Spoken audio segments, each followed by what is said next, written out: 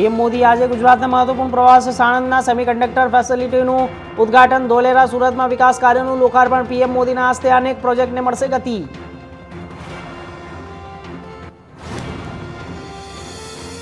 નિઝરના માજી ધારાસભ્ય સુનિલ ગામિતનું નિધન, હાર્ટ એટેકથી કોંગ્રેસના નેતાનું અવસાન. સુમૂલ ચૂંટણી વચ્ચે દુઃખદ સમાચાર, કાર્યકરોમાં શોકની લાગણી પ્રસરી.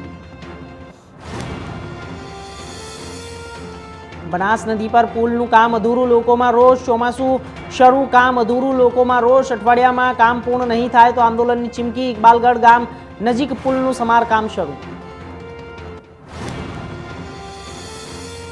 માણવદરના રસાલા ડેમ ઓવરફ્લો, 2 દિવસમાં અંદાજે 10 ઇંચ વરસાદ. ખારા ડેમમાં પહોંચ્યું રસાલા ડેમનું પાણી, વરસાદથી ખેડૂતોમાં ખુશી, પાણીની રાહત.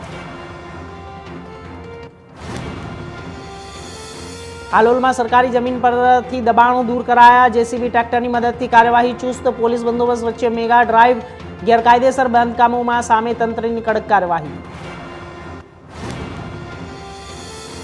ડેસરમાં પિતાએ સગીર પુત્રી પર આચર્યો દુષ્કર્મ, પોક્સો હેઠળ ગુનો નોંધાતા આરોપીની ધરપકડ. સગીર માતાની ફરિયાદ બાદ કાર્યવાહી, આરોપી 2 દિવસની પોલીસ રિમાન્ડ પર.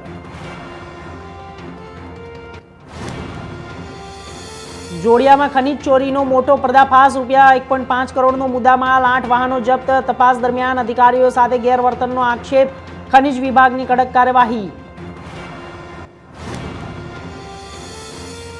તાપી નદીમાં જળસ્તર વધતા કોઝવે બંધ, રાંદેર સિંગણપોર કોઝવે પાણીમાં ગરકાવ. કોઝવે બંધ થતા હજારો વાહન ચાલકો પરેશાન. ઉપરવાસના વરસાદથી તાપીમાં પાણીની આવક વધી.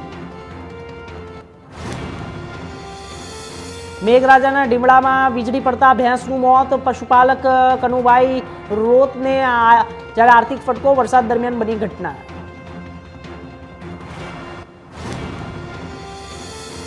કામરેજમાં ધોધમાર વરસાદથી રસ્તા પાણીમાં ગરકાવ. NH48ના સર્વિસ રોડ પર ઘૂંટણસમાં પાણી, નાના વાહનો ચાલકોને ભારે હાલાકી. હાઈવે ઓથોરિટીની કામગીરી સામે સવાલો ઉભા.